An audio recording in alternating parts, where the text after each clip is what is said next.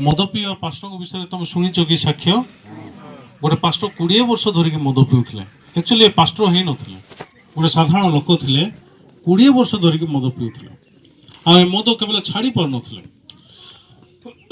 तेबे तांको स्त्री प्रभु तांको छाड़पत्र देवा पाई पाखापाखि थिले पास्टर पांको से कहले से भौणी कहले पास्टर मो स्वामी भाव भी नाई गोटे जंतु कहले छड़े चले कौन पाई ये मद केवल छाड़ी पारुनी तो पास्टर बाग ताको कहले ठीक अच्छे मु देखा करी तो पास्टर बाग ताको कहले कारण केवल एक बलिर उत्सर्ग द्वारा जो मैंने पवित्रकृत होती से चिर काल सिद्ध कर वाक्य को विश्वास करुच हाँ तुम सिद्ध भाई नाई कौन पाई मद पिउची तो केतले सिद्ध हम मद छाड़ले अच्छा बाइबल कहूँ कि मद छाड़ले तुम सिद्ध बोली ना मद छाड़िया पूर्व तुम सिद्ध बोली ना मद छाड़िया पूर्व आम मैंने सिद्ध तेरे तुम्हें मुसिद्ध ना कौन पाई मद पिउची आ ठीक किंतु ईश्वर कौन कहते ईश्वर सिद्ध कहते किए ठीक ना ईश्वर ठीक तुम्हें मु भूल जेहेतु मु मद पिउची हेले ईश्वर जो तुमको सिद्ध कहते तेरे तुम्हें ना मु सिद्ध हेले तुम सिद्ध कि ना मु सिद्ध ना तेरे जो पास्टर बाग एमती 15 मिनट धरिक कथबार्ता कर गोटे समय अच्छे जो समय अरे ईश्वर मत सिद्ध कहते मु कहीं कौच मु सिद्ध नुहे बोली ईश्वर जदि मत सिद्ध कहते तेरे से जहाँ कहते से ठीक जिनस मु सिद्ध अटे से मत कहले ना मु सिद्ध अटे ईश्वर मत पवित्र कर ईश्वर मत सिद्ध कर ईश्वर मत धार्मिक गणित कर तेरे से समय ठार दिन तेरे मद पीवाई प्रकृत जो मद काढ़ुं तेरे ईश्वर मत सिद्ध कर कहीं मद काढ़ुची ऑलरेडी मु प्रकृत सिद्ध हो सारी मु प्रकृत धार्मिक ईश्वर मत पवित्र कहते मद काढ़ किसी अर्थ नाई एमती कहते और ठीक अच्छे तेरे मुझे प्रकृत मद को परित्याग करी एति कहीकि से मद को छाड़ीदे से समय आओ से प्रकृत वाक्य को विश्वास करने आरंभ कले आ बहुत गुड़े जगह साक्ष्य देवा आरंभ कले तेरे जो ये साक्ष्य देवा आरंभ कले तार जी मदुआ सांग मान तेरे सिंहन धार्मिक से जदि मदुआ धार्मिक है मुझे कम मद पिउची मु कहीं धार्मिक ना मु भी धार्मिक कहबी बोली कहला तो सिमन चौक पास्टर पाख गले आले तू धार्मिक हलु पुणी मु शुणुची हाँ मु धार्मिक हली ईश्वर मोर पाप नहीं जाइछन्ते ईश्वर मत सिद्ध कर सतरे तेरे मदुआ सांग मैंने जी थे एम समस्त वाक्य शुणा आरंभ कले आम समस्त पवित्रकृत हेले धार्मिक गणित हेले आम विश्वास पाइले सतरे तेरे ए पास्टर प्रकृत बर्तमान आम मिशन पास्टर ही जाइछन्ते आउ सुषमाचार को बहुत शक्तियुक्त भाव प्रचार कर चारिआडे बुलूं कौन पाई ये प्रकृत पास्टर हो गले वाक्य को ग्रहण कले ये वाक्य बनैला ईश्वर को दास होगा निमंते आमेन तेरे बर्तमान ए जगह ईश्वर मत कौन बोली कहले जड़े प्रकृत धार्मिक जानी यहाँ बड़ जिनस ना जड़े प्रकृत सिद्ध जानी यहाँ बड़ जिनस ना पास्टर पाग वाक्यर पावर को यूज कर पास्टर पाग जो कहले तू सिद्ध बोली तेरे से मद छाड़ीदेला ना नहीं तुम मैंने जाच तुम सिद्ध बोली तुमको अंधकार पृथक हो पार सिद्ध कहवाटा बड़ जिनस ना प्रकृत ए वाक्यर शक्ति तुम भितर काम कर बड़ जिनस वाक्यर शक्ति काम कर बड़ जिनस जदि आम विश्वास करें सिद्ध तेरे आम सब जिनस सिद्ध अटू यार अर्थ हूँ विश्वास बचापी तुम सिद्ध अट तेरे धार्मिक भाव में जीवन यापन करने सिद्ध अट बाइबल पढ़ापी तुम सिद्ध अट सुषमाचार प्रचार करने तुम सिद्ध अट ते ए पास्टर आज्ञा कौन विश्वास कले ना मु सिद्ध होती केवल विश्वास कले एवं वाक्य काम कर वाक्य जो काम कर मद ठार ये पृथक हो जाती सुषमाचार को बहुत शक्तियुक्त प्रचार करने को आरंभ कर बर्तमान आम समस्त जानी आम सिद्ध किंतु वाक्य काम कर वाक्यर शक्ति काम कर तेज से दिन ईश्वर मत कौन बोली कहले तू जानीचु तू सिद्ध बोली किंतु पास्टर बाग जानी से सिद्ध बोली पास्टर बाग जो कहते सिद्ध तेरे लोक प्रकृत सुस्थ पाँच ए लोक प्रकृत जमी मदर प्रकृत फेरी आसिले नॉर्मल जीवन यापन कर तू जो जानीचु तू सिद्ध बोली तो तोर वाक्य द्वारा लोक मैंने प्रकृत पृथक हो जाती कि तुम्हें मु प्रकृत चमकी गली ସତରେ ଈଶ୍ୱର ବହୁତ ଆଶ୍ଚର୍ଯ୍ୟ ଭାବରେ ମୋତେ କହୁଛନ୍ତି। ଆଉ ତେବେ କ'ଣ କରିବାକୁ ପଡ଼ିବ? ଆଉ ତେବେ ୟାକୁ ସୁଷମାଚାର ପ୍ରଚାର କରିବାକୁ ପଡ଼ିବ। ତେବେ ମୁଁ ଏ ସ୍ତ୍ରୀ ପାଖକୁ ଗଲି। ଏ ସ୍ତ୍ରୀକୁ ମୁଁ କହିଲି, ମୋର କଥା ଶୁଣିପାରୁଛୁ? ହଁ, ନାଇଁ ଶୁଣିପାରୁନି। ହଁ, ତେବେ ଏ ଶରୀରରେ ତୁ ଯିଏ ଅଛୁ, ତୁ ତାକୁ ଛାଡ଼ିକି ଯା। ନାଇଁ, ମୁଁ ତାକୁ ଛାଡ଼ି ପାରିବିନି। ମୁଁ ତାକୁ ପ୍ରକୃତରେ ଲମ୍ବା ସମୟରୁ ଧରିକିରି ଅଛି। ଆଉ ମୁଁ ୟାକୁ ରଖିଛି।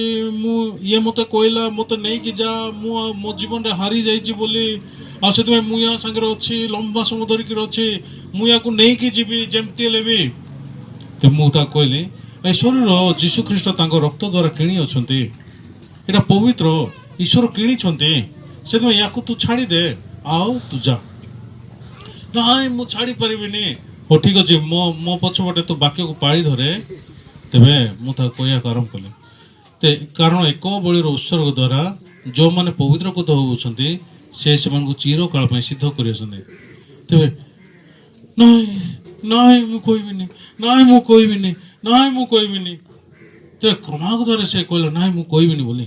ତାପରେ ହାତ ଯାକ ସବୁ ଏମିତି ମୁଡ଼ି ଦେଇଛି, ଗୋଡ଼ ଯାକ ସବୁ ପଛକୁ ଏମିତି ଦେଖିছে, ଗୋଡ଼ ପ୍ରକୃତରେ ଏମିତି ମୁଡ଼ି ଦେଇଛି, ଏପଟର ଗୋଡ଼ ବି ସବୁ ମୁଡ଼ି ଦେଇଛି, ହାତ ଯାକ ସବୁ ମୁଡ଼ି ଦେଇଛି। ମୁଁ ୟାର ଗୋଡ଼ ହାତ ସବୁ ମୁଡ଼ି ଦେଇଛି। ଇଏ କେବେ ହେଲେ ଚାଲିପାରିବନି, ଆଉ କେବେ ବି ଠିକ୍ ହେଇପାରିବନି। ୟା ମରିବା ପର୍ଯ୍ୟନ୍ତ ମୁଁ ୟାକୁ ପ୍ରକୃତରେ ନେଇକି ଯିବି ଯେମିତି ହେଲେ ବି। ୟାକୁ କିଏ ବି ଆଉ ଅଧିକାର କରିପାରିବନି, ଏମିତି ହେଲେ ବଡ଼ ପାଟିରେ କହୁଛନ୍ତି। ତ ମୁଁ କହିଲି, ଦେଖେ ଭୂତ କିଏ ତୁ ମୁଁ ଜାଣିନି, ମୋତେ ଡରା ନା, ଯୀଶୁଙ୍କୁ ଡରା। ଯୀଶୁ ଡରିଲେ ତୁ ସକ୍ସେସ୍। ମୋତେ ଡରେଇଲେ କିଛି ଲାଭ ନାହିଁ। ମୁଁ ଡରିଲି, ଆଜି ଡରିଲି, କାଲି ଆଉ ଥରେ ଠିକ୍ ହେଇଯିବି, କାହିଁକିନା ମୋ ପଛପଟେ ଈଶ୍ୱର ଅଛନ୍ତି। କିନ୍ତୁ ତୁ ଯଦି ଯୀଶୁଙ୍କୁ ଡରେଇ ପାରିଲୁ ପରା, ତୁ ସକ୍ସେସ୍ ହବୁ। ଡରେଇ ପାରିବୁ କି? ନାଇଁ, ମୁଁ ୟାକୁ ଛାଡ଼ିବିନି, ଯାହା ହେଲେ ବି ମୁଁ ଛାଡ଼ିବିନି। ତ ମୁଁ କହିଲି, ବାକ୍ୟ କହ, ଈଶ୍ୱର ତୋତେ କହୁଛନ୍ତି ବାକ୍ୟ କହ। ତେବେ କ'ଣ ପାଇଁ ମୁଁ ତାକୁ ବାକ୍ୟ କହିବା ପାଇଁ କହୁଛି ନା, ପରିତ୍ରାଣ ପାଇବା ପାଇଁ। ତ ଜଣେ ଲୋକ ମୁଖରେ ସ୍ୱୀକାର କରିବାର ଅଛି। ଜଣେ ଲୋକ ଯଦି ମୁଖରେ ସ୍ୱୀକାର କରିବ, ତ ଧାର୍ମିକତା ପାଇଁ ପ୍ରକୃତରେ ଜଣେ ଲୋକ ଯଦି ମୁଖରେ ସ୍ୱୀକାର କରିବ, ସେ ଯେମିତି ହେଲେ ପରିତ୍ରାଣ ପାଇବ, ବାଇବଲ କହୁଛି। ସେଥିପାଇଁ ମୁଁ ପ୍ରଥମେ ଏ ବାକ୍ୟକୁ ବିଶ୍ୱାସ କଲି। ଆଉ ସତରେ ଏ ବାକ୍ୟ ଈଶ୍ୱର କହୁଛନ୍ତି ସିଦ୍ଧ। ଇଏ ଯଦି ଶୁଣିଲା ଆଉ ସ୍ୱୀକାର କଲା, ତେବେ ଇଏ ସିଦ୍ଧ ହେଇଯିବ। ସେଥିପାଇଁ ମୁଁ ତାକୁ କହିବାକୁ ଆରମ୍ଭ କଲି। ମୁଁ ଯାହା କହୁଛି ସେଟା ପାଳି ଧରେ। ଯୀଶୁ ଖ୍ରୀଷ୍ଟ ଶରୀର ଏକାଥରକେ ଉତ୍ସର୍ଗୀକୃତ। ନାଇଁ ମୁଁ କହିବିନି, ଏମିତି ଆକା କହୁଥିଲା। ତ ଗୋଟେ ଘଣ୍ଟା ଧରିକି ମୁଁ ପ୍ରକୃତରେ ତା ସାଙ୍ଗରେ ବସିଥିଲି। ନାଇଁ ମୁଁ କହିବିନି, କିନ୍ତୁ ମୋ ହୃଦୟ ଭିତରେ ଈଶ୍ୱରଙ୍କର ଦିଆଯାଇଥିବା ବଳ ଆଉ ବିଶ୍ୱାସ ପ୍ରକୃତରେ କେବଳ ଦୁର୍ବଳ ହେଲାନି। ବିପଦରେ ଈଶ୍ୱର ଏଟାକୁ ବେଶୀ ବଳବାନ କରିଦେଲେ।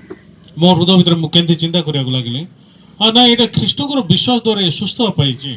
ଈଶ୍ୱର ୟା ହୃଦୟ ଭିତରେ ଲେଖିବେ, ଈଶ୍ୱର ୟାର ମନ ଭିତରେ ଏଇଟା ସ୍ଥାପନ କରିବେ।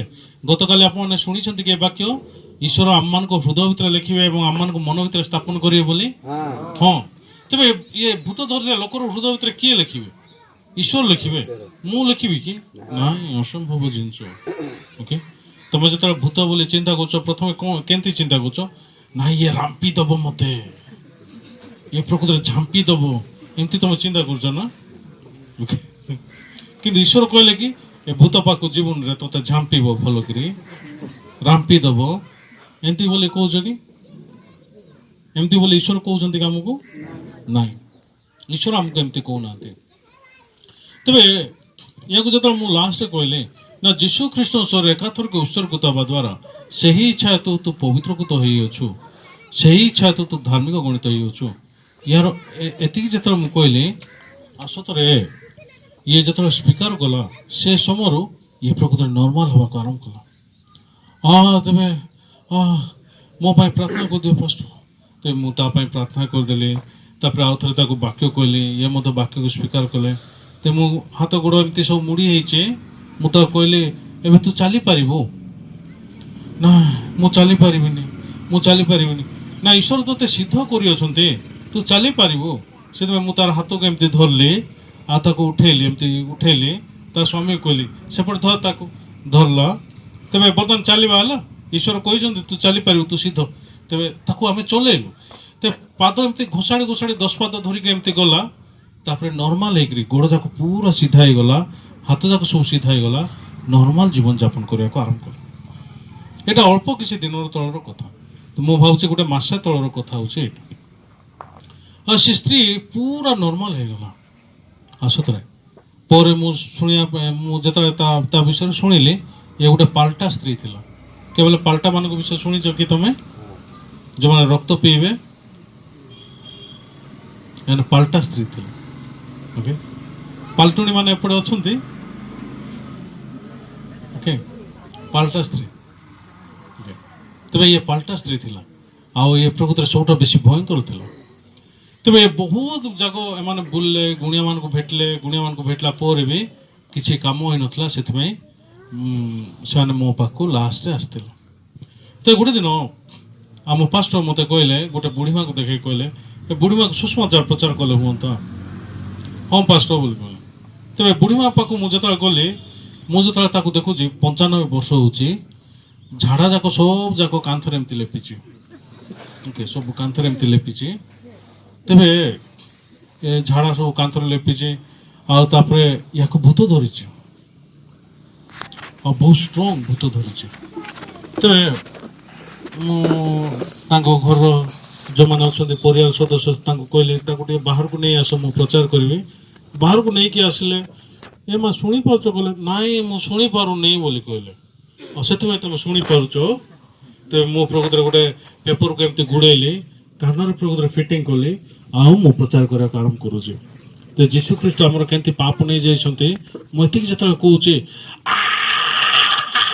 कहे मोर हाथ जाक सब एमती एमती रांपुंट ना शुणी तो प्रथम थर भाई मत किए गोटे रांपीची बोले माँ रांपी थे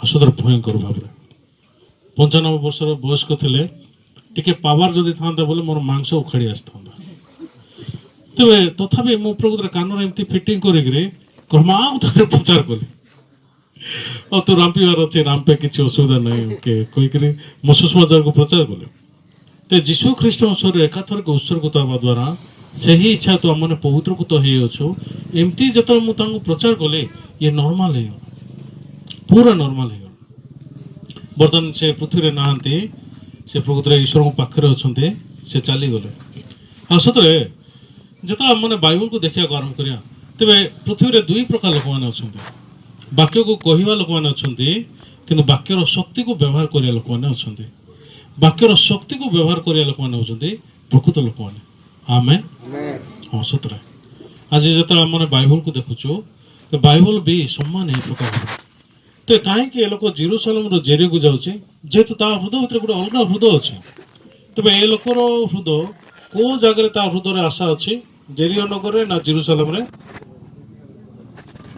जेरियो नगर जेरूसालेम रे ए लोक जेरूसालेम प्रति आशा परिपूर्ण अच्छे कि नहीं जेरियो नगर प्रति ये प्रकृत आशा परिपूर्ण अच्छे हृदय भर बहुत गुड़े आशा अच्छे जेरियो नगर विषय जेरियो नगर को जेरियो नगर जो मुझे तो बेसी भलरे रही पारि एमती ये प्रकृत चिंता करुचे आ जेरियो नगर जब मुझे रही मो निज उपर निर्भर करके रही तो मत क्या भी दरकार नहीं एमती ये प्रकृत चिंता करुचे सतरे से जेरियो नगर को प्रकृत जाऊँचे तो बर्तमान ये लोक प्रकृत अन्य किए ना बर्तमान लोक हृदय भितर लोक मैंने केमती चिंता करें टे टंका कमेवा ना आम जदि प्रकृत टिके प्रकृत ज्ञान अर्जन करवा तो ज्ञान और टंका ये 2टा जिनस जो आम पाइलु तो आम पृथ्वी में बेस भलरे जीवन यापन कर टंका हूँ सब किसी ये जन कहे ज्ञान हूँ सब किसी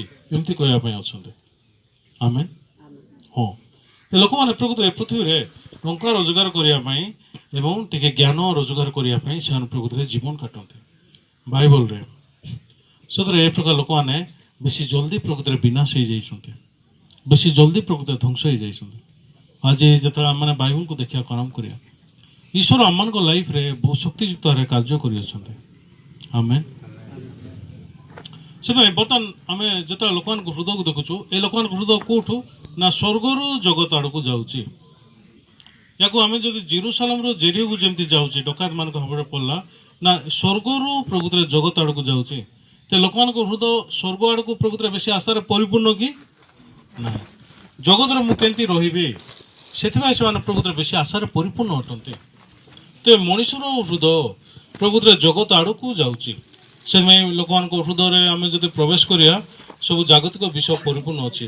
ମୁଁ ଟଙ୍କା କେମିତି ପାଇବି, ତ ମୁଁ କେମିତି ଭଲରେ ଜୀବନ କାଟିବି, ମୁଁ କେମିତି ଭଲରେ ପ୍ରକୃତରେ ଖୁସିରେ ବଞ୍ଚିପାରିବି, ଅନେକ ଗୁଡ଼ିଏ ବିଷୟ କେମିତି ଉପଭୋଗ କରିପାରିବି, ଖାଦ୍ୟ ହେଉ, ଫିଲ୍ମ ହେଉ, ଟିଭି ହେଉ, ଯାହା ବି ହେଉ, ମୁଁ କେମିତି ଏସବୁ ଜିନିଷକୁ ଉପଭୋଗ କରିକି ଭଲରେ ବଞ୍ଚିବି, ଏମିତି ଚିନ୍ତା କରୁଥିବା ଲୋକମାନେ ଅଛନ୍ତି।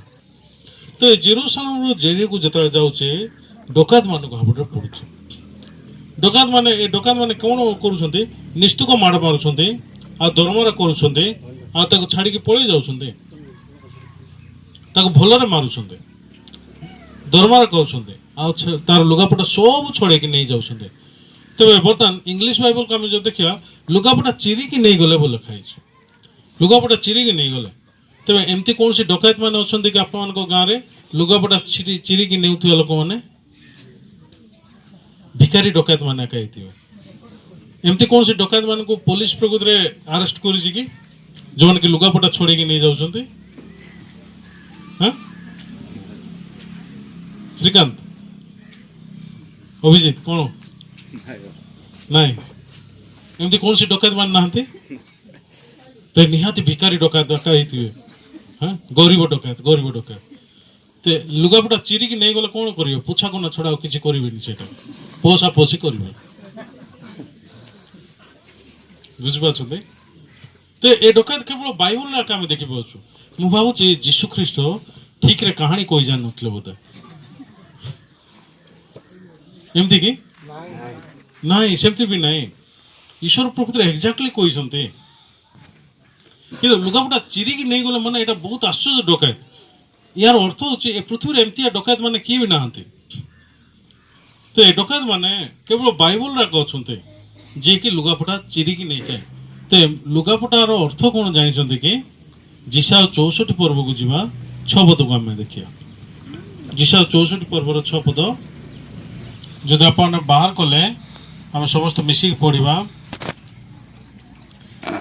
କାରଣ ଆମ୍ଭେ ସମସ୍ତେ ଅଶୁଚି ଲୋକ ତୁଲ୍ୟ ହୋଇଅଛୁ ଓ ଆମମାନଙ୍କ ଧର୍ମ କର୍ମ ସବୁ ଅଶୁଚି ବସ୍ତ୍ର ତୁଲ୍ୟ ଅଟେ ଓ ଆମ୍ଭେ ସମସ୍ତେ ପତ୍ର ତୁଲ୍ୟ ଜୀର୍ଣ୍ଣ ହେଉଅଛୁ ଆଉ ଆମ ସମସ୍ତଙ୍କର ଅପରାଧ ବାୟୁ ପରି ଆମମାନଙ୍କୁ ଉଡ଼େଇ ନିଏ।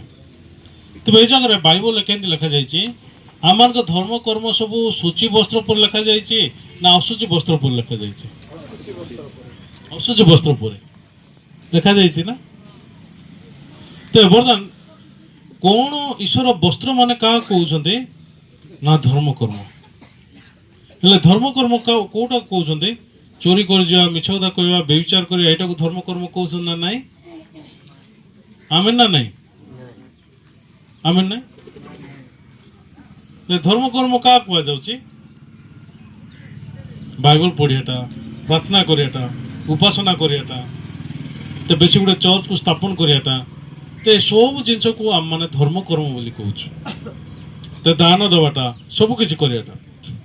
ଓକେ, କିନ୍ତୁ ବାଇବଲରେ କେମିତି ଲେଖାଯାଇଛି? ନା ତମମାନଙ୍କ ସବୁ ଧର୍ମକର୍ମ ଅଶୁଚି ବସ୍ତ୍ର ପରି ବୋଲି ଲେଖାଯାଇଛି।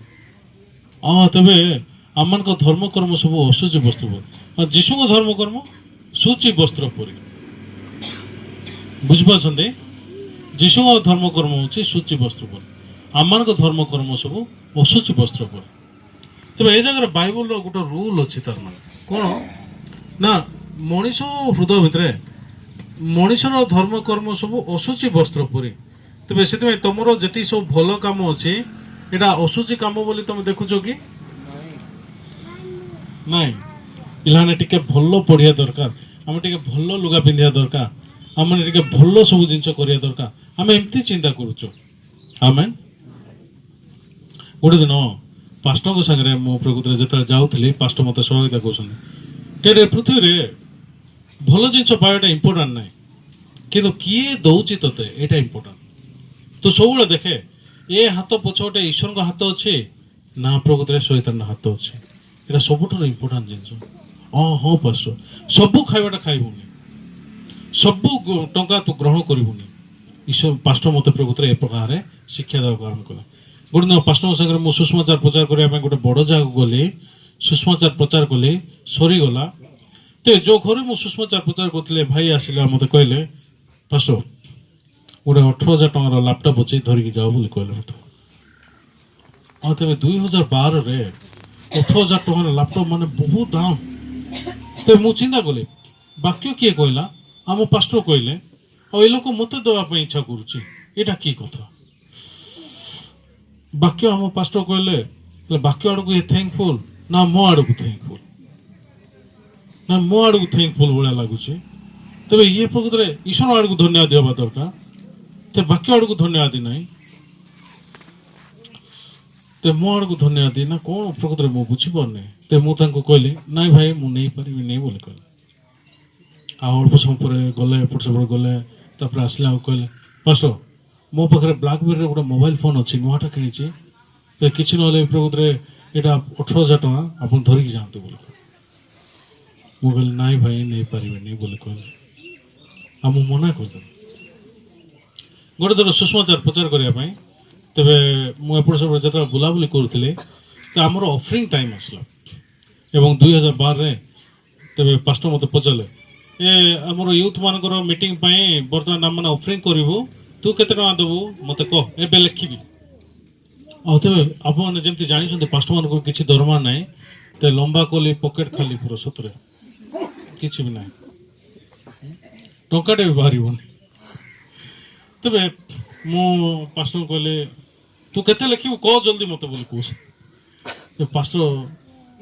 कौन बोली मु कहबी ओके 20,000 लिखु बोले तो 20,000 लिखियाटा प्रकृत सो जिनस ना तो 20,000 मत प्रार्थना करा पड़ो आश्वर उपर निर्भर करा पड़ो तेरे मु 20,000 लिखिली तो मुझे समय प्रार्थना करा आरम्भ कली परमेश्वर 20,000 टका ऑफरिंग लिखी मोर किसी दरमा ना सब लोक मान पाखे दरमा अच्छे मनकर धरतु ये आम भौणी बस ये भौणीकर दरमा प्रकृत धरी नि 10,000 टका ये भौणी प्रकृत 5,000 टका लिखिं ऑफरिंग तेरे ये भौणी प्रकृत विश्वास लिखिले ना दरमा को देखिकी लिखिं दरमा को देखिकी मनकर धरतु जनकर रोजगार 10,000 टका अच्छी आ से 10,000 टका लिखिदी यार अर्थ से प्रकृत केमती चिंता कर नाई मु 10,000 एथर गोटे मस धरिक कष्ट बची 10,000 टका मु दान देवी ता पर समय ठार मुझे चलि जमी चलिया कथा मुझे चलि एमती चिंता कर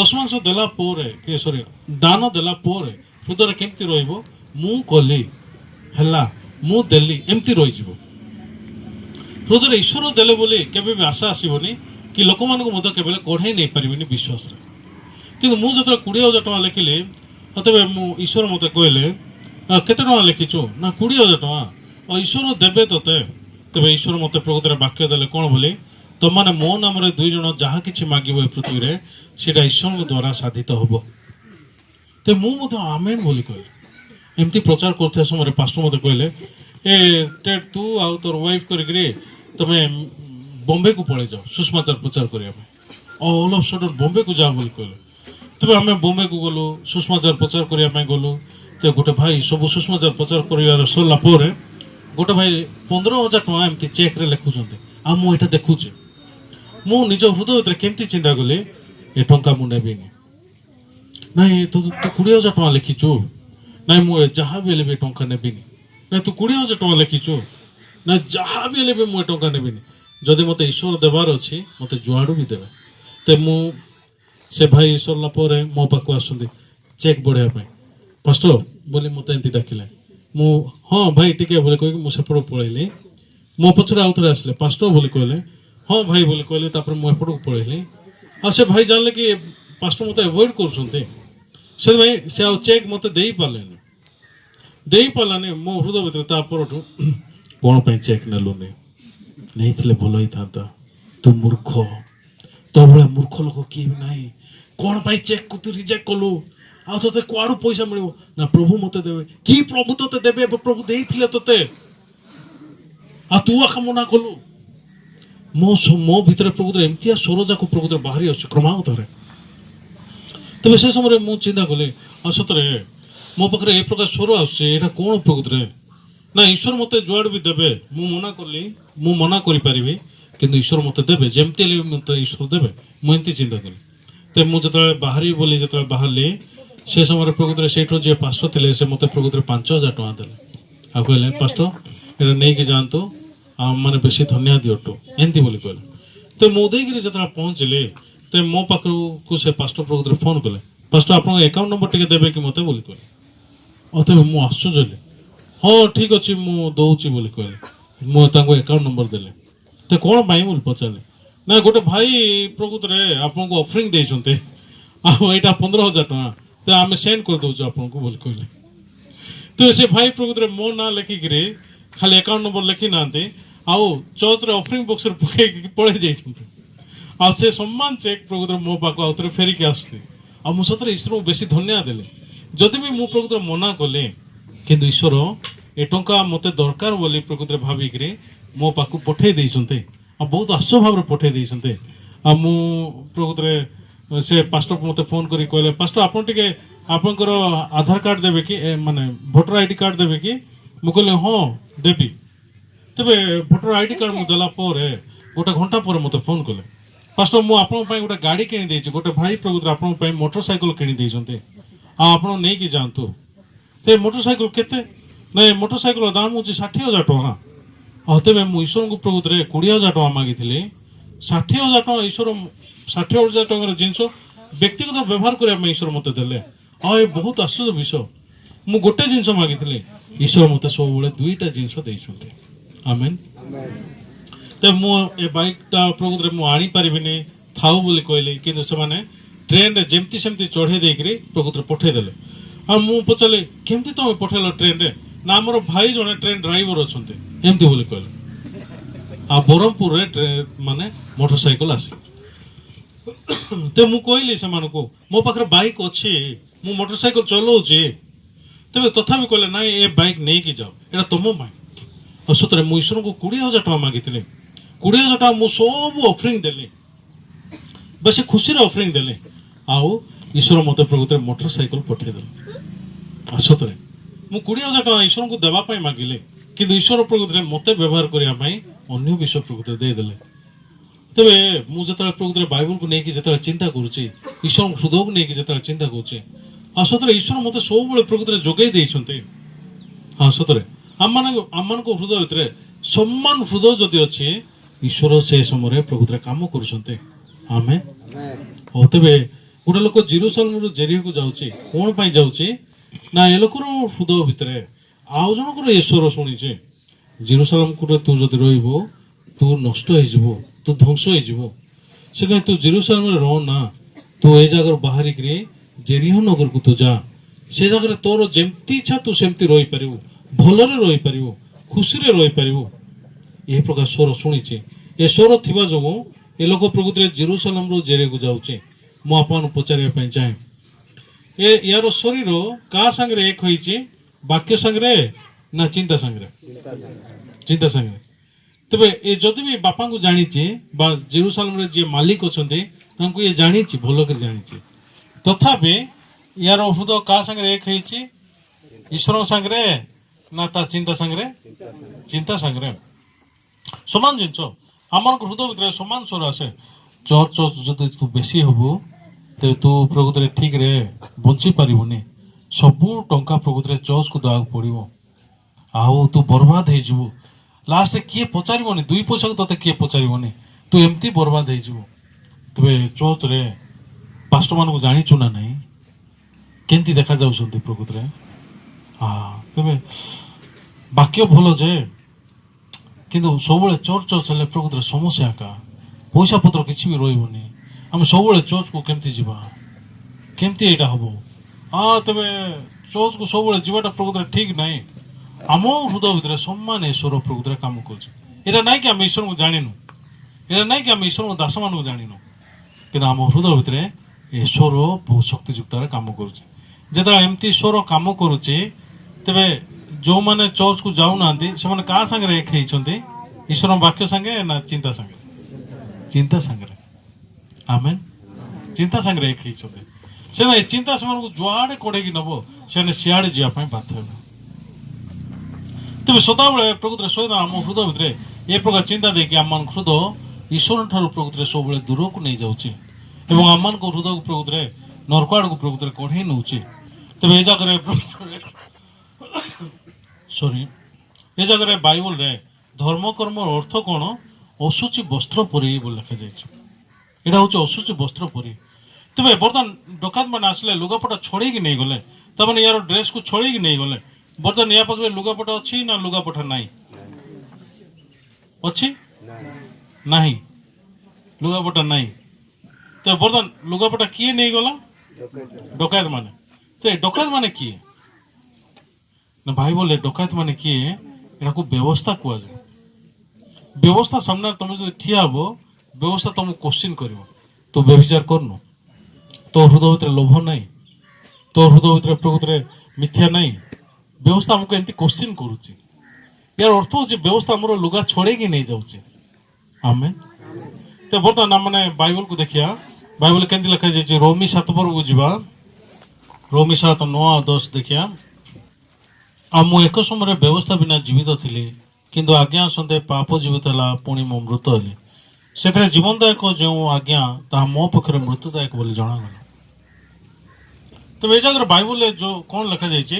ଈଶ୍ୱର ଯେଉଁ ବ୍ୟବସ୍ଥା ଦେଇଅଛନ୍ତି, ଏ ବ୍ୟବସ୍ଥା ପ୍ରକୃତରେ ମୃତ୍ୟୁଦାୟକ ବ୍ୟବସ୍ଥା ଅଟେ। ଏଇଟା ଜୀବନଦାୟକ ବ୍ୟବସ୍ଥା ନାହିଁ, ଏଇଟା ମୃତ୍ୟୁଦାୟକ ବ୍ୟବସ୍ଥା ଅଟେ। ଆମେ ତେବେ ଏ ଜାଗାରେ ଈଶ୍ୱର ପ୍ରକୃତରେ ବେଶୀ କ୍ଲିୟରଲି କହିଛନ୍ତି ନା ଜୀବନଦାୟକ ଯେଉଁଟା ବ୍ୟବସ୍ଥା ଥିଲା ସେଇଟା ମୋ ପାଇଁ ମୃତ୍ୟୁଦାୟକ ବୋଲି ଜଣାଗଲା, ଏମିତି ବୋଲି ଲେଖାଯାଇଛି। ସେକେଣ୍ଡରେ ହୋସେଆ ପୁସ୍ତକ ଆମେ ଯିବା। ଦାନିଏଲ ପୁସ୍ତକ ପରେ ହୋସେଆ ପୁସ୍ତକ ଅଛି। 6 ପର୍ବର 1 ପଦକୁ ଦେଖିବା। ଯଦି ଆପଣମାନେ ବାହାର କଲେ ତେବେ ପଢ଼ିବା। ଆସ ଆମମାନେ ସଦାପ୍ରଭୁ ନିକଟକୁ ଫେରି ଯାଉ, କାରଣ ସେ ବିଦୀର୍ଣ୍ଣ କରିଅଛନ୍ତି ଓ ସେ ଆମମାନଙ୍କୁ ସୁସ୍ଥ କରିବେ। ସେ ପ୍ରହାର କରିଅଛନ୍ତି ଓ ସେ ଆମମାନଙ୍କ କ୍ଷେତ ବାନ୍ଧିବେ। ତେବେ ଏ ଜାଗାରେ କିଏ ଆମମାନଙ୍କୁ ପ୍ରକୃତରେ ବିଦୀର୍ଣ୍ଣ କରିଅଛନ୍ତି ବୋଲି ଲେଖାଯାଇଛି? କିଏ ଆମମାନଙ୍କୁ ପ୍ରହାର କରିଅଛନ୍ତି? କିଏ ଆମମାନଙ୍କୁ ବିଦୀର୍ଣ୍ଣ କରିଅଛନ୍ତି ବୋଲି ଲେଖାଯାଇଛି? କିଏ? ସଦାପ୍ରଭୁ। ଯେତେବେଳେ ଆପଣ ଅସୁସ୍ଥରେ ଅଛନ୍ତି, ଯେତେବେଳେ ଆପଣ ମାନେ ବେଶୀ କଷ୍ଟରେ ଅଛନ୍ତି, ଈଶ୍ୱର ଆମକୁ ଏମିତି କରିଛନ୍ତି ବୋଲି ବିଶ୍ୱାସ କରୁଛନ୍ତି କି? ନା ଏଇଟା ବାଇ ମିଷ୍ଟେକ୍ ହେଇଯାଇଛି ବୋଲି ବିଶ୍ୱାସ କରୁଛନ୍ତି? ବାଇ ମିଷ୍ଟେକ୍ ହେଇଯାଇଛି ବୋଲି ବିଶ୍ୱାସ କରୁଛନ୍ତି? ଈଶ୍ୱର ଆମ ପ୍ରତି ଏମିତି କରିଛନ୍ତି ବୋଲି ବିଶ୍ୱାସ କରୁନାହାନ୍ତି?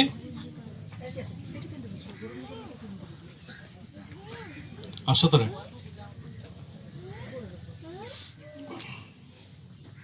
ତେବେ ଏ ଜାଗାରେ ଈଶ୍ୱର ଆମମାନଙ୍କୁ ପ୍ରକୃତରେ ବିଦୀର୍ଣ୍ଣ କରିଅଛନ୍ତି, ସେ ଆମକୁ ସୁସ୍ଥ କରିବେ ବୋଲି ଲେଖାଯାଇଛି। ଆସତରେ ଏ ଜାଗାରେ ଈଶ୍ୱର ପ୍ରକୃତରେ କ'ଣ ବୋଲି କହୁଛନ୍ତି?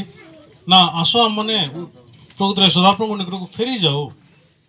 ସେ ଆମମାନଙ୍କୁ ବିଦୀର୍ଣ୍ଣ କରିଅଛନ୍ତି, ସେ ଆମମାନଙ୍କର ସୁସ୍ଥ କରିବେ, ସେ ଆମମାନଙ୍କ କ୍ଷେତ ବାନ୍ଧିବେ, ଏମିତି ଲେଖାଯାଇଛି। ହଁ, ତେବେ ଆମମାନଙ୍କୁ ବିଦୀର୍ଣ୍ଣ କରିବା ଲୋକ, ଆମମାନଙ୍କୁ ପ୍ରକୃତରେ ଯିଏ କଷ୍ଟ ଦେଇଅଛନ୍ତି ସେ ହେଉଛନ୍ତି ଈଶ୍ୱର। ହଁ, ଆମେ ପ୍ରକୃତରେ ଫେରିଯିବା ଦରକାର। ତେବେ ବର୍ତ୍ତମାନ ଏ ଡକାୟତ ମାନେ କେଉଁ ଜାଗାରୁ ବାହାରି ଆସୁଛନ୍ତି? ନା ଏ ଡକାୟତ ମାନେ ଈଶ୍ୱରଙ୍କ ଠାରୁ ବାହାରି ଆସୁଛନ୍ତି। ଯେଉଁ ଲୋକମାନଙ୍କ ହୃଦୟ ଭିତରେ ଜେରିହୋକୁ ଯିବା ପାଇଁ ହୃଦୟ ଅଛି, ଯେଉଁ ଲୋକମାନଙ୍କ ହୃଦୟ ଭିତରେ ଜାଗତିକ ହେବା ପାଇଁ ହୃଦୟ ଅଛି, ଯେଉଁ ଲୋକମାନେ ପ୍ରକୃତରେ ଚର୍ଚ୍ଚକୁ ଯିବା ପାଇଁ ଇଚ୍ଛା ନାହିଁ କି ଈଶ୍ୱରଙ୍କ ପାଖକୁ ଯିବା ପାଇଁ ଇଚ୍ଛା ନାହିଁ, ତେବେ ସେମାନେ ବାଧ୍ୟ ଡକାୟତକୁ ହାବୁଡ଼ିବା ପାଇଁ।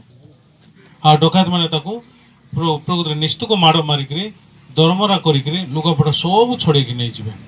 ଆମେ ସେମାନେ ବାଧ୍ୟ କଦାଚାରରେ ଜୀବନ କାଟିବା ପାଇଁ। ଆସତରେ ଏ ଜାଗାରେ ଗୋଟେ ଯାଜକ ଆସିଲା, ନ ଦେଖିଲା ଭଳିଆ ଗଲା। ଲେବିଓ ଆସିଲା, ନ ଦେଖିଲା ଭଳିଆ ଗଲା। ତ ଯାଜକ ଆଉ ଲେବିଓ ମାନେ କିଏ? ନା ଏମାନେ ପ୍ରକୃତ ମଣ୍ଡଳୀର କର୍ମକାରୀ ମାନେ। ତ ଏଇଟା ପାଷ୍ଟରଙ୍କ ଭଳିଆ ଲୋକମାନେ, ଏଇଟା ପ୍ରକୃତରେ ଗୋଟେ ଲିଡର ଭଳିଆ ଲୋକମାନେ, ବା ଗୋଟେ ରାଷ୍ଟ୍ର ପ୍ରେସିଡେଣ୍ଟ ଭଳିଆ, ଚେୟାରମ୍ୟାନ୍ ଭଳିଆ ଲୋକମାନେ, ଏ ପ୍ରକାର ଭାବରେ ଆମେମାନେ ତାଙ୍କୁ କହିପାରିବା। ତ ଏ ଲୋକମାନେ ନ ଦେଖିଲା ଭଳିଆ ଚାଲିଗଲେ। କ'ଣ ପାଇଁ? ନା ସମୟ ଲୋକ ଆସିଲା, ଦୟାରେ ବିଗଳିତ ହେଲା। ତ ଦୟା କାହା ପାଖରେ ଅଛି? ସମୟ ଲୋକ ପାଖରେ କେବଳ ଦୟା ଅଛି। ଆମେନ୍। ସମୟ ଲୋକ ପାଖରେ ଦୟା ଅଛି। ସେକେଣ୍ଡ, ସମୟ ଲୋକ ପାଖରେ କ'ଣ ଅଛି? ତୈଳ ଅଛି, ତାପରେ ଦ୍ରାକ୍ଷରସ ଅଛି, ତାପରେ ତାର କ୍ଷେତ ସବୁ ବାନ୍ଧି ଦେଉଛନ୍ତି। ଆଉ କ୍ଷେତ ସବୁ ବାନ୍ଧି ଦେଲା ପରେ ପାନ୍ଥଶାଳାକୁ ନେଇକି ଯାଉଛନ୍ତି, 2 ଦେନାରୀ ଦେଉଛନ୍ତି। ଆଉ 2 ଦେନାରୀ ଦେଲା ପରେ କହୁଛନ୍ତି ୟାର ସେବା ଶୁଶ୍ରୂଷା କର, ଅଧିକ ଯଦି ଖର୍ଚ୍ଚ ହେଇଥିବ ମୁଁ ଫେରି ଆସିଲେ ପରିଶୋଧ କରିବି, ଏମିତି କହୁଛନ୍ତି। ଆମେ ୟାର ଅର୍ଥ ହେଉଛି ବର୍ତ୍ତମାନ ଆମମାନେ ଯେତେବେଳେ ବାଇବଲକୁ ଦେଖିବାକୁ ଆରମ୍ଭ କରିବା, ଏ ପୃଥିବୀରେ ମଣିଷର ହୃଦୟ ଭିତରେ ଦୟା ଅଛି କି ନାହିଁ? ଭଲ ପରିସ୍ଥିତିରେ ଖାଲି ତମେ ଦୟା ଦେଖେଇ ପାରିବ। ଯେତେବେଳେ ପରିସ୍ଥିତି ବିଗିଡ଼ି ଯିବ, ନହେଲେ ଯଦି ଆପଣଙ୍କର କିଏ କଥା ଶୁଣିବେନି, ତ ନିଜ ପିଲାଙ୍କୁ ମଧ୍ୟ ତମେ କେବେ ଦୟା ଦେଖେଇ ପାରିବନି। ଆମେନ୍ ନା ନାଇଁ? ତେବେ ଏ ପୃଥିବୀରେ ମଣିଷର ହୃଦୟ ଭିତରେ କେବେ ଦୟା ନାହିଁ। ତ ଦୟା କାହା ପାଖରେ ଅଛି? କେବଳ ଈଶ୍ୱରଙ୍କ ପାଖରେ। ସେଥିପାଇଁ ବାଇବଲରେ କେମିତି ଲେଖାଯାଇଛି, ରୋମୀ 3 ପର୍ବର 24 ପଦକୁ ଆମେ ଦେଖିବା କେମିତି ଲେଖାଯାଇଛି। ଚାଲନ୍ତୁ ବାହାର କରିବା। ରୋମୀ 3:24। ପୁଣି ସେମାନେ ବିନା ମୂଲ୍ୟରେ ତାଙ୍କ ଅନୁଗ୍ରହରେ ଖ୍ରୀଷ୍ଟ ଯୀଶୁଙ୍କଠାରେ ଯେଉଁ ମୁକ୍ତି ଅଛି ତଦ୍ୱାରା ଧାର୍ମିକ ଗଣିତ ହୁଅନ୍ତି। ତେବେ ଏ ଜାଗାରେ ବିନା ମୂଲ୍ୟରେ ଲେଖାଯାଇଛି, ଅନୁଗ୍ରହରେ ବୋଲି ଗୋଟେ ଶବ୍ଦ ଲେଖାଯାଇଛି। ଅନୁଗ୍ରହର ଅନ୍ୟ ଅର୍ଥ ହେଉଛି ଦୟା। ଅନୁଗ୍ରହରେ। ତେବେ ବର୍ତ୍ତମାନ ଇଂଲିଶ ବାଇବଲକୁ ଯଦି ଆମେ ଦେଖିବା, ତ ଅନୁଗ୍ରହରେ ପ୍ରକୃତରେ ସେମାନେ ଧାର୍ମିକ ଗଣିତ ହେଇସାରି ଅଛନ୍ତି, ଏମିତି ଲେଖାଯାଇଛି। ବିନା ମୂଲ୍ୟରେ ଅନୁଗ୍ରହରେ ଯୀଶୁଙ୍କ ପାଖରେ ଯେଉଁ ମୁକ୍ତି ଅଛି ତ ଦ୍ୱାରା ସେମାନେ ଧାର୍ମିକ ଗଣିତ ହେଇସାରି ଅଛନ୍ତି, ଏମିତି ଲେଖାଯାଇଛି। ଓଡ଼ିଆ ବାଇବଲରେ ହୁଅନ୍ତି ବୋଲି ଲେଖାଯାଇଛି, କିନ୍ତୁ ଏଇଟା ହେଇସାରି ଅଛନ୍ତି ଏମିତି ଇଂଲିଶ ବାଇବଲ ଆମମାନଙ୍କୁ କହୁଛି। ସତରେ ତ ବର୍ତ୍ତମାନ ଏ ସମୁଳ ଲୋକ ପ୍ରକୃତରେ କ'ଣ କରିଦେଉଛନ୍ତି ନା, ଘାରେ ପ୍ରକୃତରେ ତେଲ ଲଗେଇ ଦେଉଛନ୍ତି। ତେଲର ଅର୍ଥ କ'ଣ ବାଇବଲରେ? ପବିତ୍ର ଆତ୍ମାକୁ ବୁଝାଯାଏ। କ'ଣ ପାଇଁ? ତେଲ ମଞ୍ଜିରୁ ବାହାରି ଆସେ। ତେ ମଞ୍ଜି ଭିତରେ ତେଲର କାମ ହେଉଛି ମଞ୍ଜିକୁ ଲମ୍ବା ସମୟ ଧରିକି ବଞ୍ଚେଇ ଦେବ। ଓକେ, ସେଥିପାଇଁ ଆମେ ଯଦି ମଞ୍ଜି ଲଗାଉଛୁ, ମକା ମଞ୍ଜି ହଉ କି ଧାନ ବି ହଉ କି ଗହମ ବି ହଉ, ଯାହା ବି ଆମେ ଲଗାଉଛୁ, ଏ ମଞ୍ଜି ଭିତରେ ତେଲ ଅଛି। ଏ ତେଲ ପାଇଁ ପ୍ରକୃତରେ ବର୍ଷେ 2 ବର୍ଷ ଆମେ ସେମିତି ରଖିଲେ ମଧ୍ୟ ସେ ମଞ୍ଜି ସେମିତି ଆଗା ଥାଉଛି। ଏଇଟା ଦେଖାଯାଉଛି କିଛି ଲାଇଫ ନଥିଲା ଭଳିଆ, କିନ୍ତୁ ତାକୁ ଆମେ ମାଟିରେ ପକଉ ପକଉ ଗଜା ହବ। ଆମେ ସେଟା କାହିଁକି ଏ ମଞ୍ଜି ବଞ୍ଚିକିରି ଅଛି? କ'ଣ ପାଇଁ ଏ ମଞ୍ଜି ବଞ୍ଚିକିରି ଅଛି? ତେଲ ପାଇଁ। ସେଟା ତେଲର ଅର୍ଥ ପ୍ରକୃତରେ ପବିତ୍ର ଆତ୍ମାକୁ ବୁଝାଯାଏ। ସେକେଣ୍ଡରେ ଏଠି ଦ୍ରାକ୍ଷା ରସ ଲଗେଇ ଦେଉଛନ୍ତି। ଆମର ଯେତେବେଳେ ଘା ହେଇଯାଉଛି, ବହୁତ ଗୁଡ଼ିଏ ଜୀବାଣୁ ଏ ଘା ଦ୍ୱାରା ପ୍ରବେଶ କରିଥାଏ। ତେବେ ଦ୍ରାକ୍ଷା ରସ ପ୍ରକୃତରେ କ'ଣ? ସ୍ପିରିଟ ଭଳିଆ କାମ କରେ। ଏ ପ୍ରକୃତରେ ଜୀବାଣୁ ଯାକ ସବୁ ମାରିଦିଏ। ତେବେ ସେମିତି ମଣିଷର ଲାଇଫରେ ଏ ଦ୍ରାକ୍ଷା ରସ କ'ଣ? ଯୀଶୁଙ୍କ ରକ୍ତକୁ ବୁଝାଯାଏ। ଯୀଶୁ କହିଲେ ଏଇଟା ହେଉଛି ମୋ ରକ୍ତ, ତମେ ପାନ କର। ତେବେ ବର୍ତ୍ତମାନ ଏ ଲୋକ କ'ଣ କ'ଣ ଦ୍ୱାରା ଉଦ୍ଧାର ପାଉଛି ନା, ଯୀଶୁଙ୍କ ରକ୍ତ ଆଉ ତେଲ ବା ପବିତ୍ର ଆତ୍ମା, ଏ ଦୁଇଟା ଜିନିଷ ଦ୍ୱାରା ଉଦ୍ଧାର ପାଉଛି। ତେବେ ଏ ଲୋକ ପାଖରେ କ'ଣ କ'ଣ ଅଛି? ଦୟା ଅଛି, ତେବେ ପବିତ୍ର ଆତ୍ମା ଅଛି, ଆଉ ଯୀଶୁଙ୍କ ରକ୍ତ ଅଛି। ଏ 3ଟା ଜିନିଷ ଦ୍ୱାରା ତାକୁ ଉଦ୍ଧାର କରାଯାଉଛି। ତେବେ ଏଇଟା କ'ଣ ପାଇଁ ସେ ଉଦ୍ଧାର କରୁଛନ୍ତି? ଯେହେତୁ ଯାଜକ ଆଉ ଲେବୀୟ ପାଖରେ ଏ 2ଟା ଜିନିଷ ନାହିଁ। ଏଇଟା ସମୂଳ ଲୋକ ପାଖରେ ଖାଲି ଅଛି। ଆଉ ସମୂଳ ଲୋକ ପ୍ରକୃତରେ ଯୀଶୁଙ୍କୁ ବୁଝାଯାଉଛି, ଯେହେତୁ ତାଙ୍କ ପାଖରେ ଦୟା ଅଛି। ସେକେଣ୍ଡରେ ପ୍ରକୃତରେ ତାଙ୍କ ହୃଦୟ ଭିତରେ ପବିତ୍ର ଆତ୍ମା ଅଛି। ତୃତୀୟରେ ପ୍ରକୃତରେ ଖ୍ରୀଷ୍ଟଙ୍କ ରକ୍ତ ଅଛି। ତେବେ ପାନ୍ଥଶାଳାର ମାଲିକକୁ ଡାକୁଛନ୍ତି ଆଉ 2 ଦେନାରୀ ଦେଉଛନ୍ତି। ଓଡ଼ିଆ ବାଇବଲରେ 2 ଟଙ୍କା ଲେଖା ହେଇଛି। 2 ଟଙ୍କା ପ୍ରକୃତରେ ଆଜିକା ଯୁଗରେ ତାର କୌଣସି ଭ୍ୟାଲୁ ନାହିଁ। 2 ଟଙ୍କା, 2 ଟଙ୍କାର କିଛି ଅର୍ଥ ଅଛି କି? ନାହିଁ। ମୋର ଜେଜେବାପା ମାନେ ଯେତେବେଳେ ତାଙ୍କର ଜେଜେବାପା ମାନେ ଯେତେବେଳେ ଥିଲେ, ସେ ସମୟରେ ଟିକେ 2 ଟଙ୍କା କହିଲେ ଚଳିବ। ତେବେ ଯୀଶୁଙ୍କ ସମୟରେ 2 ଟଙ୍କା ମାନେ ଆମେ କେବଳ କଳ୍ପନା କରିପାରିବାନି। ଆମେ 2 ଟଙ୍କା ଦେଉଛନ୍ତି। ଏଇଟା 2 ଟଙ୍କା ନାହିଁ, ଏଇଟା 2 ଦେନାରୀ। ଏଇଟା 2 ଦେନାରୀ ମାନେ ଗୋଟେ ଦେନାରୀ ମାନେ ଗୋଟେ ଦିନର ମଜୁରୀ। 2 ଦେନାରୀ ମାନେ 2 ଦିନର ମଜୁରୀ। ତ 500 ମାଲିକକୁ 2 ଦେନାରୀ ଦେଉଛନ୍ତି। ୟାର ସେବା ଶୁଶ୍ରୂଷା କର ବୋଲି କହୁଛନ୍ତି। ମୁଁ ଫେରି ଆସିଲେ ଆଉ ଥରେ ପରିଶୋଧ କରିବି ବୋଲି କହୁଛନ୍ତି। ଏମିତି କୌଣସି ଜାଗାରେ ଲେଖାଯାଇଛି କି ସମୟ ଲୋକ ଫେରି ଆସିଲା ବୋଲି? ନାହିଁ। ଆମେ ଏମିତି ଗୋଟେ ବି ଜାଗାରେ ପ୍ରକୃତରେ ଲେଖାଯାଇନି ସମୟ ଲୋକ ଆଉ ଥରେ ଫେରି ଆସିଲେ ବୋଲି। ତେବେ ବାଇବଲରେ 2 ଦେନାରୀ କ'ଣ ନା, 2 ଦେନାରୀ ମାନେ 2 ଦିନର ମଜୁରୀ। ତ ଈଶ୍ୱରଙ୍କ ଆଖିରେ 1000 ବର୍ଷ ହେଉଛି ଗୋଟେ ଦିନ ପରେ, 2000 ବର୍ଷ ହେଉଛି 2 ଦିନ ପରେ। ୟାର ଅର୍ଥ ହେଉଛି 2 ଦେନାରୀ ଈଶ୍ୱର ପ୍ରକୃତରେ ଏ ପାନ୍ଥଶାଳାର ମାଲିକକୁ ଦେଇଛନ୍ତି। ସେଥିପାଇଁ ପାନ୍ଥଶାଳା ଆଉ ପାନ୍ଥଶାଳାର ମାଲିକ, ପାନ୍ଥଶାଳା ମାନେ ଚର୍ଚ୍ଚକୁ ବୁଝାଯାଉଛି। ପାନ୍ଥଶାଳାର ମାଲିକ ମାନେ ଗୋଟେ ପାଷ୍ଟରଙ୍କୁ ବୁଝାଯାଉଛି, ଈଶ୍ୱରଙ୍କ ଦାସଙ୍କୁ ବୁଝାଯାଉଛି। ଈଶ୍ୱର ପ୍ରକୃତରେ ଈଶ୍ୱରଙ୍କ ଦାସମାନଙ୍କୁ 2 ଦେନାରୀ ଦେଇଅଛନ୍ତି। ଈଶ୍ୱର ଆମମାନଙ୍କୁ 2 ଦେନାରୀ ଦେଇଅଛନ୍ତି। କ'ଣ ପାଇଁ? ଲୋକମାନଙ୍କର ଯତ୍ନ କରିବା ପାଇଁ, ସେବା କରିବା ପାଇଁ।